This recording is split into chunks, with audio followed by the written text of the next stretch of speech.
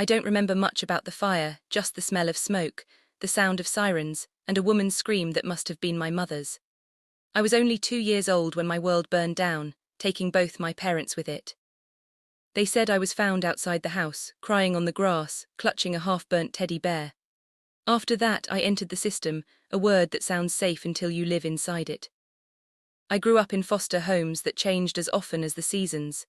Each time I unpacked my little bag, I'd tell myself maybe this time they'll keep me, but people don't keep what they can't understand. Some said I was too quiet, others said I was too emotional. A few just didn't like the nightmares, the way I'd wake up screaming "Mama" when the rain reminded me of fire. By the time I was 10, I had lived in 7 homes. By 16, 11, each goodbye left a small tear inside me when I learned to hide behind polite smiles and perfect manners. But one thing never left me: kindness, maybe because I knew how it felt to have none. At night, I'd imagine my mother whispering from the stars, "Be kind, Lilac, even when the world is." I didn't know it then, but those words would save me more times than I could count. Especially from the kind of person who could break you just by speaking. By 18, the system had officially released me. No fanfare, no celebration, just a letter that said I was on my own. I had nothing, no family, no savings, no guidance, but I had dreams. I got a tiny apartment and enrolled in community college for a nursing degree. It wasn't fancy, but it was mine. I waited tables during the day, cleaned offices at night, and studied whenever exhaustion allowed. Some nights I'd fall asleep over my textbooks, my fingers stained with ink and cheap coffee. But failure wasn't an option. I wanted to be a nurse because I understood pain, the kind that doesn't show on X-rays. People saw a quiet girl with tired eyes. What they didn't see was the fire still burning inside me, not the one that destroyed my home, but the one that refused to let me quit. There were times I couldn't afford food, times I walked to class in the rain because bus fare was a luxury.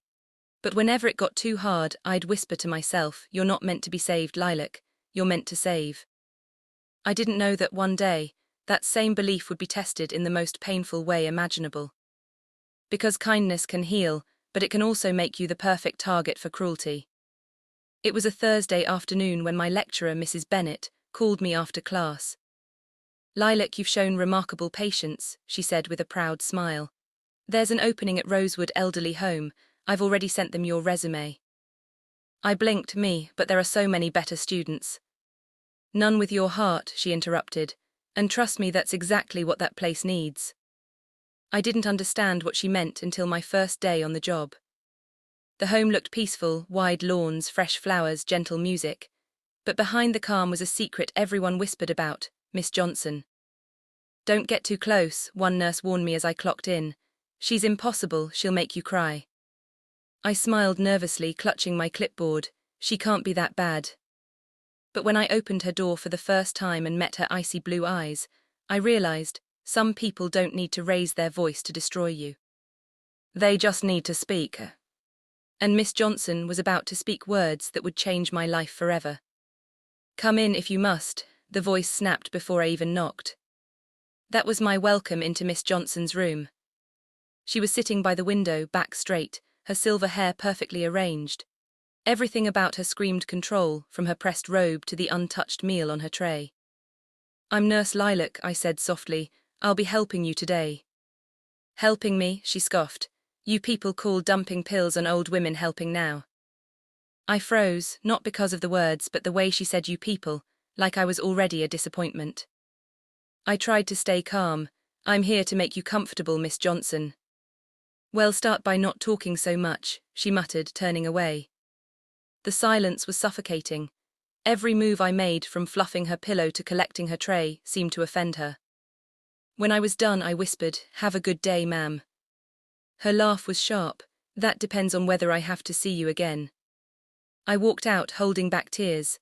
The door shut behind me like a final judgment. In the hallway, Nurse Jane patted my shoulder. "Don't take it personal. She's broken, just doesn't know how to say she's hurting." I nodded, but I didn't believe it. Some people weren't broken. They were sharp and they wanted you to bleed. Still, something in me whispered to try again.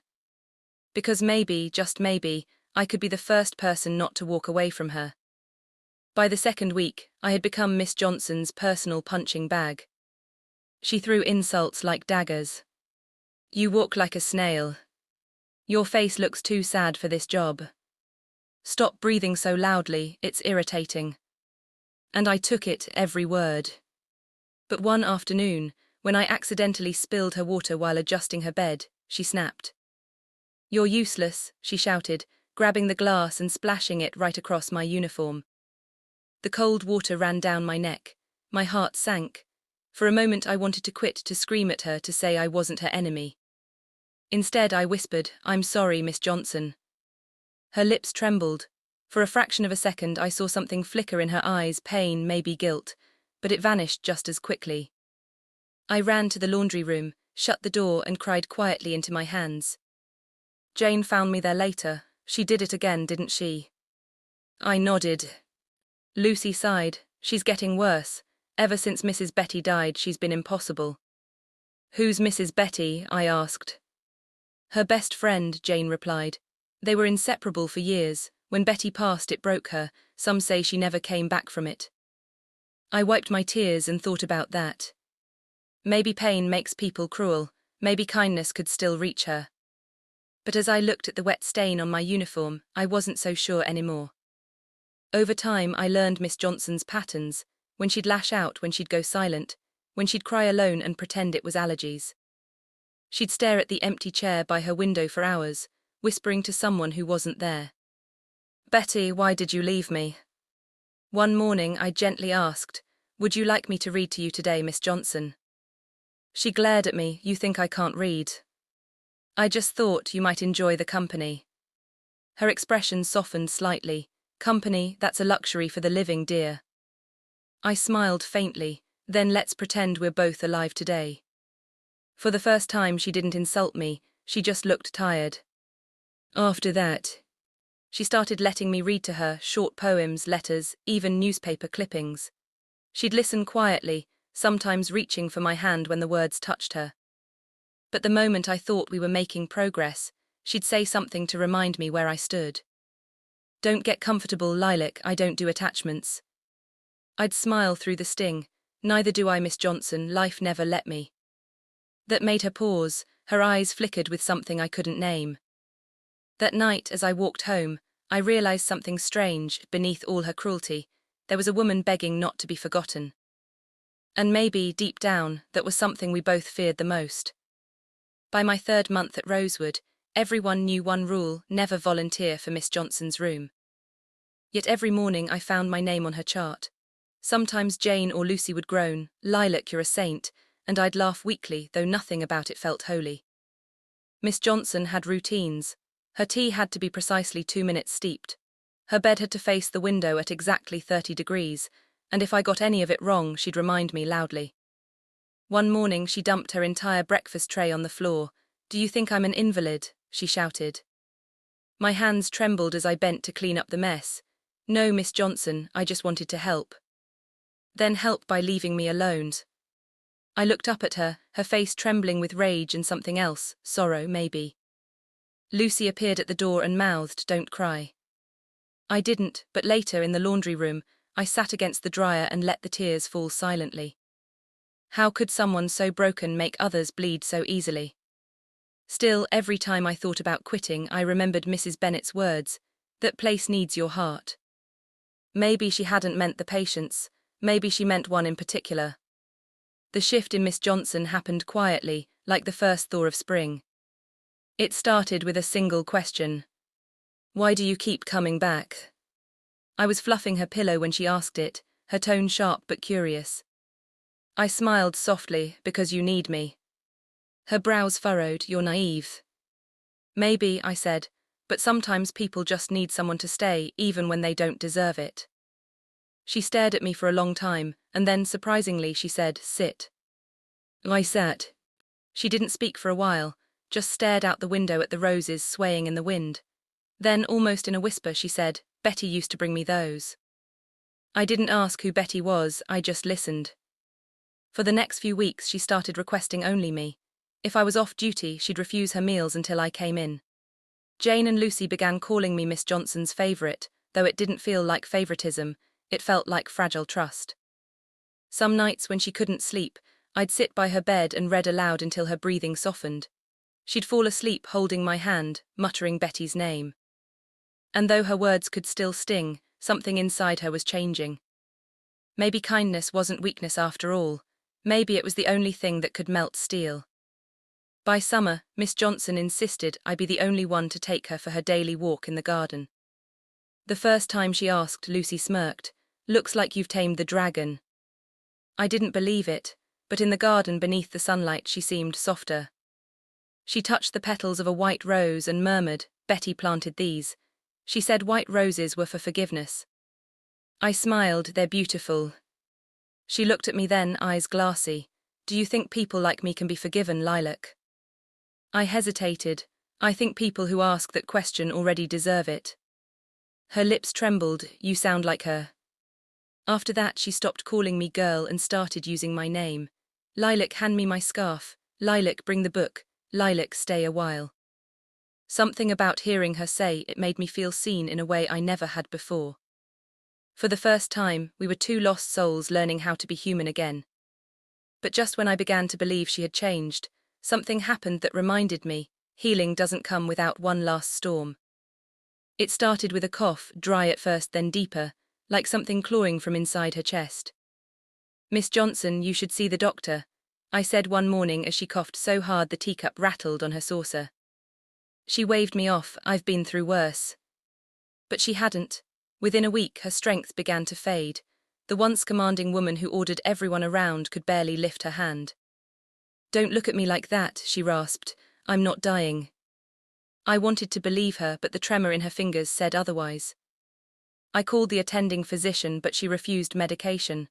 "I'm tired of pills," she muttered. "They fix nothing that matters." For the first time I saw fear behind her pride. She was terrified not of pain but of being forgotten. That night, as I tucked her in, she whispered, "You remind me of someone I failed." I asked softly, "Who?" But she turned her face to the window. "Someone who deserved better than me." I didn't press further. I just sat beside her until she fell asleep. And as the moonlight spilled across her face, I realized, sometimes the cruelest people are just the loneliest ones left alive. While cleaning her dresser one afternoon, I found an old photograph tucked behind a jewelry box.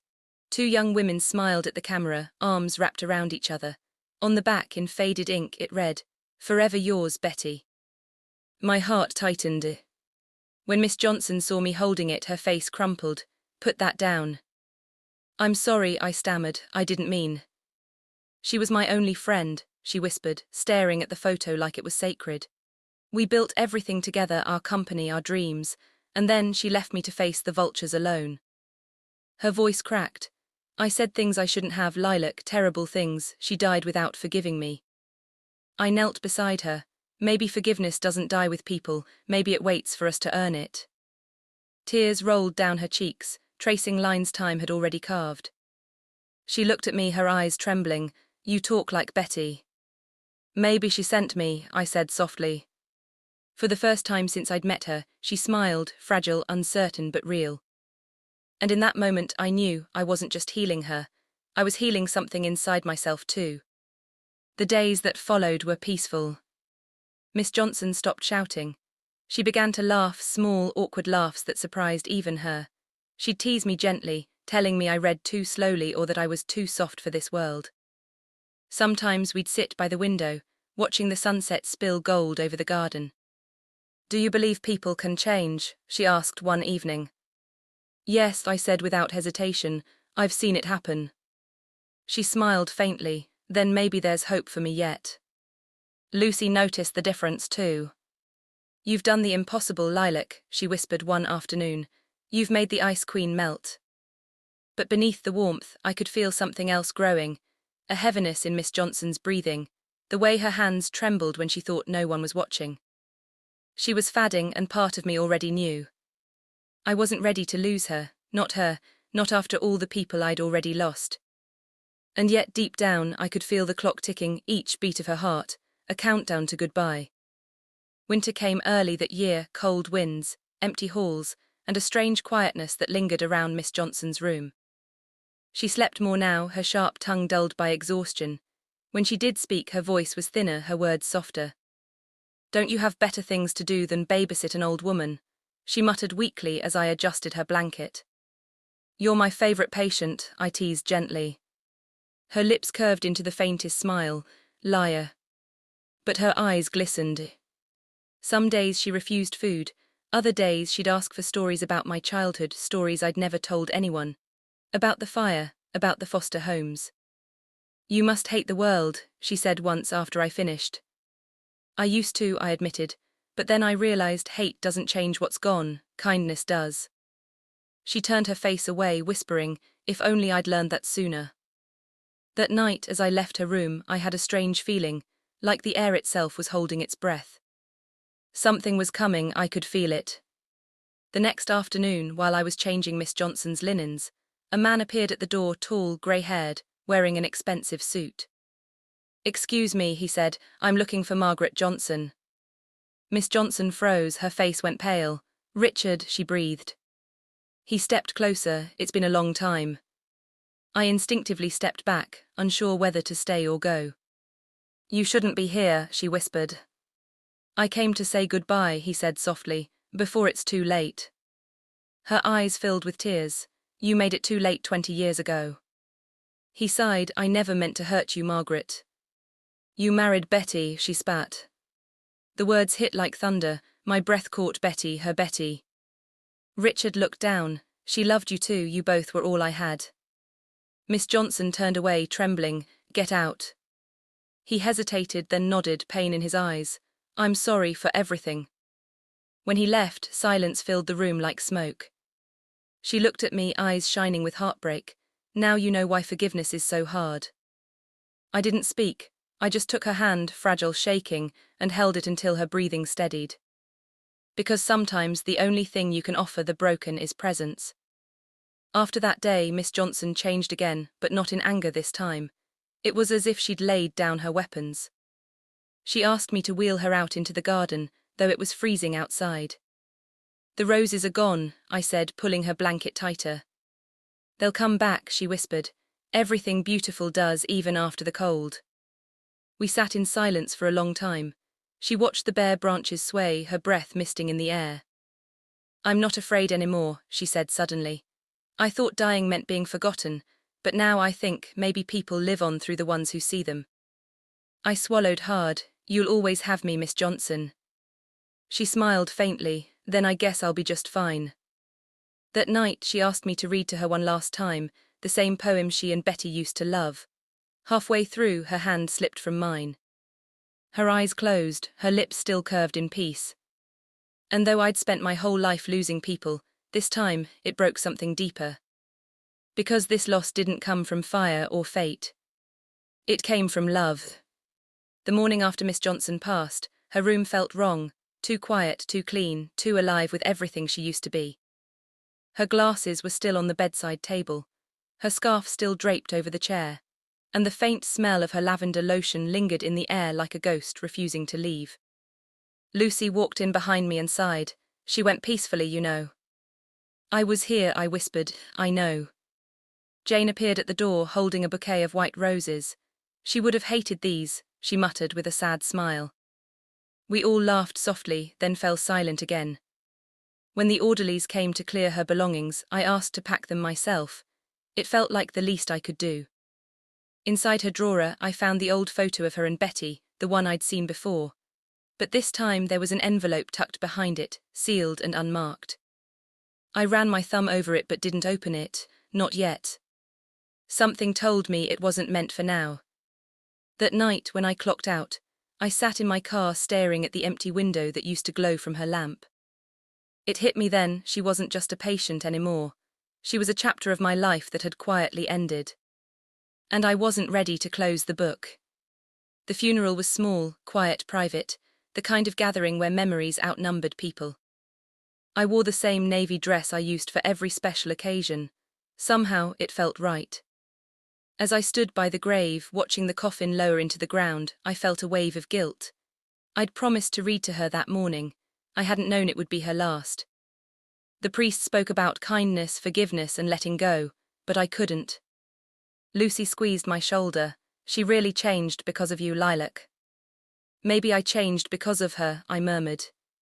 After the service, I placed a single white rose on her grave. You're forgiven, I whispered, and I hope you forgive me too. As I turned to leave, a man in a grey suit approached me, the same man from before. Richard. He handed me a small card. She wanted you to have this. Inside was an address and the name of a law firm. Mr. Kingsley will explain everything, he said quietly before walking away. For a moment I stood frozen, the card trembling in my hand. What could possibly be left to explain?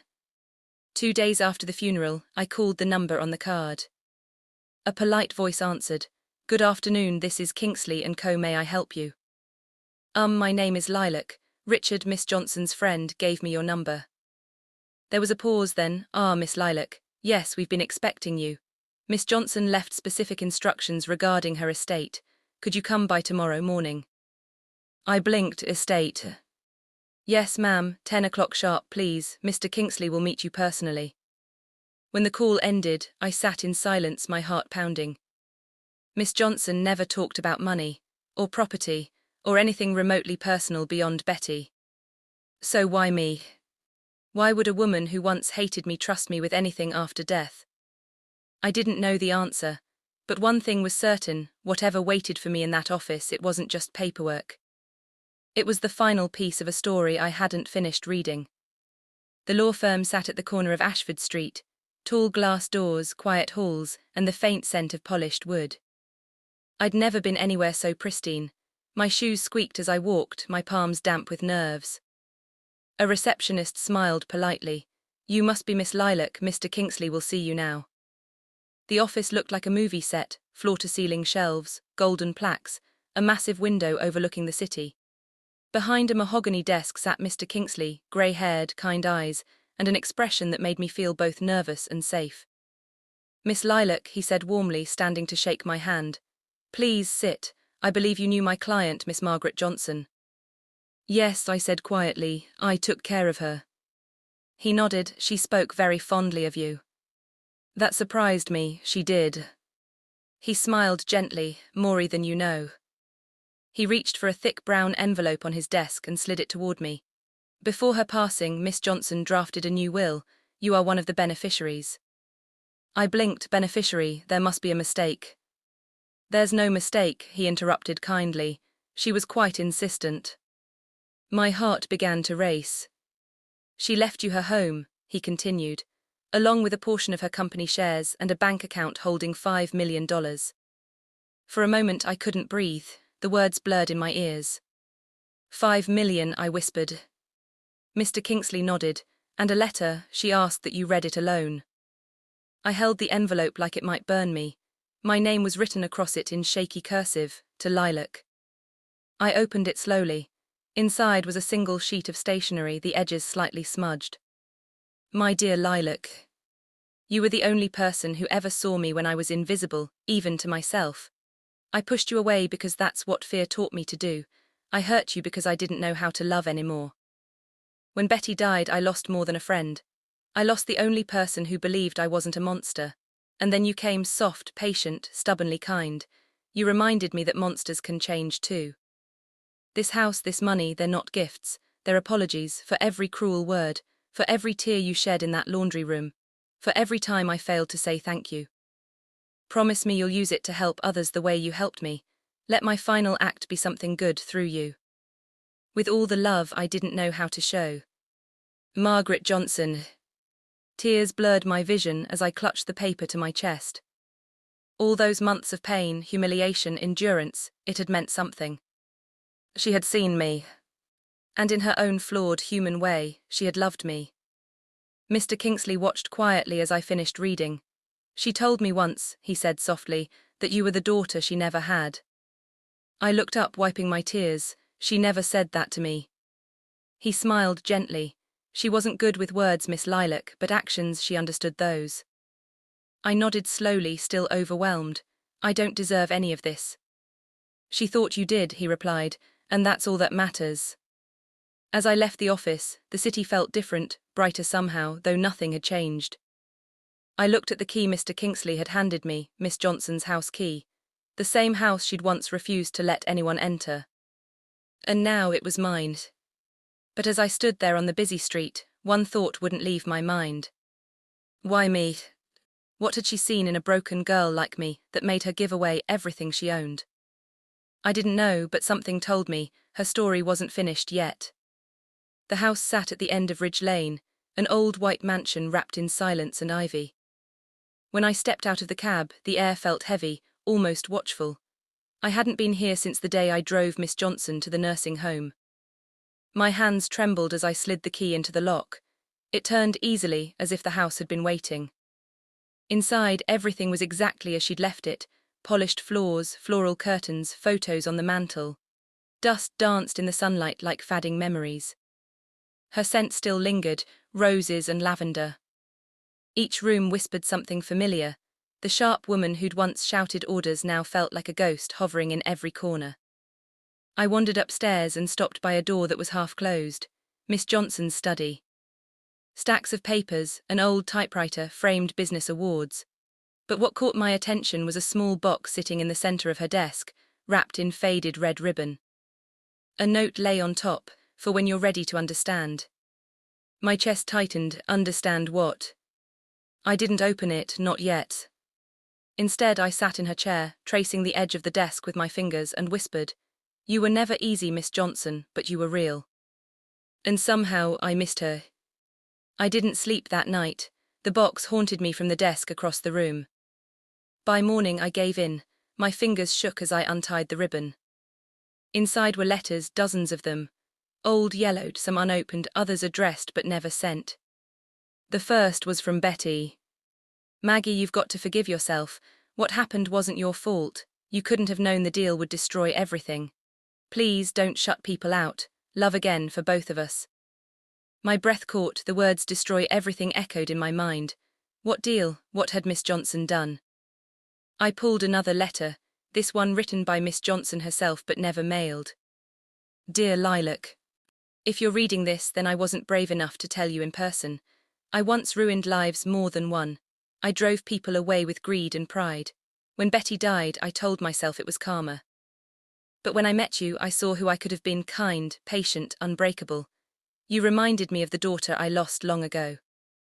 I froze. The daughter I lost. The words blurred as tears filled my eyes. I reached for the final page, a birth certificate.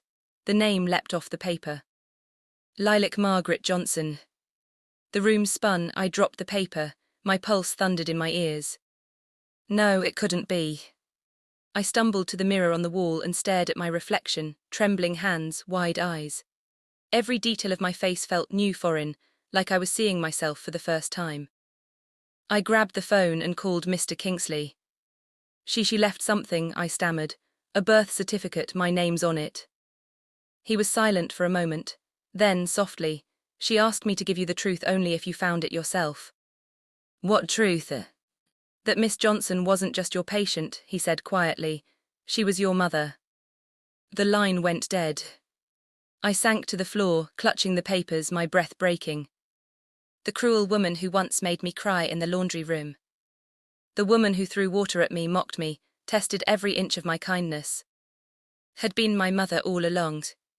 And she'd known. I couldn't move. My mother, Miss Johnson, had been alive all this time. And she'd known exactly who I was. The questions spun like a storm in my mind. Why did she leave me?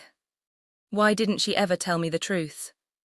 I returned to the desk and found another envelope hidden beneath the box. It was sealed with wax and marked, "Only open when you're ready to forgive." My hands trembled as I broke the seal. "My darling Lilac. When you were 2, I was drowning in a life that wasn't mine anymore. I worked in a world of lies and power. Your father and I built an empire, but we built it on sand, and when it collapsed, it took him with it. The fire that took your parents' lives. It wasn't an accident, it was revenge. You were never meant to survive. I made sure you did. I placed you into the system to keep you safe, far from the people who wanted our bloodline erased. And I lived every day with that guilt." I pressed the letter to my heart, shaking. She hadn't abandoned me, she'd hidden me. The woman who'd made me cry for years had once saved my life. And the cruelest truth of all. She'd watched me grow up from afar, but could never reveal herself. For days I wandered through her house like a ghost, touching the walls she'd built, reading the memories she'd left behind. In the attic I found a stack of journals bound with black ribbon. Every page was a confession, her guilt, her loneliness, her silent pride whenever she mentioned the girl with the kind eyes who doesn't know she's mine. I cried until my throat burned. She had loved me just in the only broken way she knew how. When I told Jane and Lucy, they stood speechless. Lucy finally whispered, "So, the woman who made your life miserable was your mother."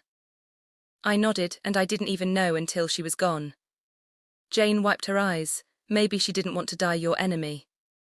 Her words stayed with me. Maybe she didn't. Maybe she wanted me to hate her less when I finally understood. That night I sat in her garden, the same garden where she used to walk every morning. The moonlight brushed the roses silver. I whispered into the night, "You were wrong, Miss Johnson, you didn't ruin everything. You saved me." And for the first time, I felt her forgiveness and my own. The next morning I met Mr. Kingsley again. He handed me a folder. "These are the remaining documents Miss Johnson wanted you to have," he said softly. Inside were property deeds, bank statements, and a note in her handwriting. "Build something that makes others feel seen. That will be my redemption." I smiled through tears. I know exactly what to do. Months later, the old mansion on Ridge Lane reopened, not as a private estate, but as the Johnson Home for Healing Hearts, a place for abandoned children and lonely elders to find each other again. On the opening day, as children's laughter filled the halls, I felt her presence.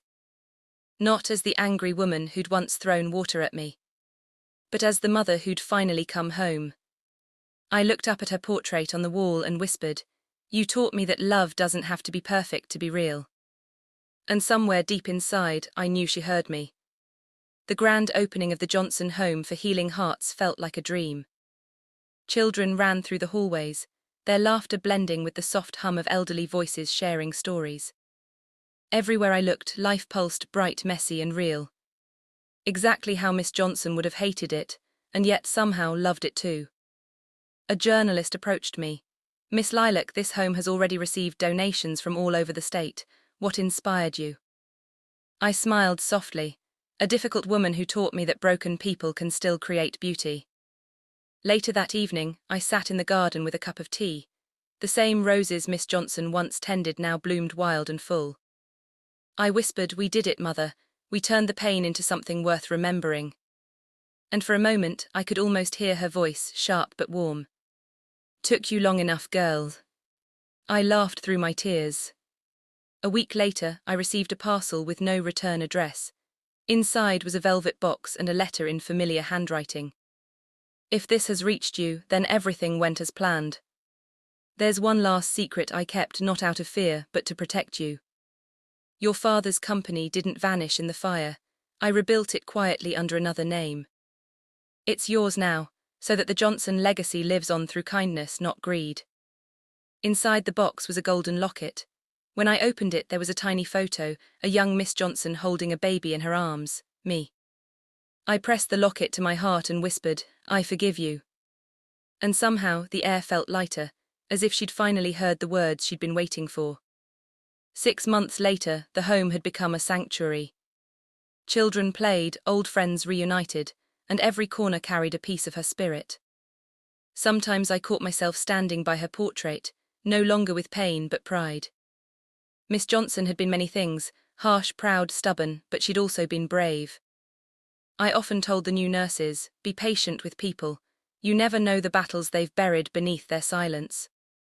One evening, as the sun dipped low, I sat by the window, wearing the golden locket, feeling its warmth against my skin. And I whispered to the woman who had once been my tormentor, my teacher, and my mother. "You saved me so I could save others. I'll keep that promise always." A soft wind brushed through the room, stirring the curtains. And in that quiet moment, I knew she was there, not as a shadow of the past, but as peace finally found.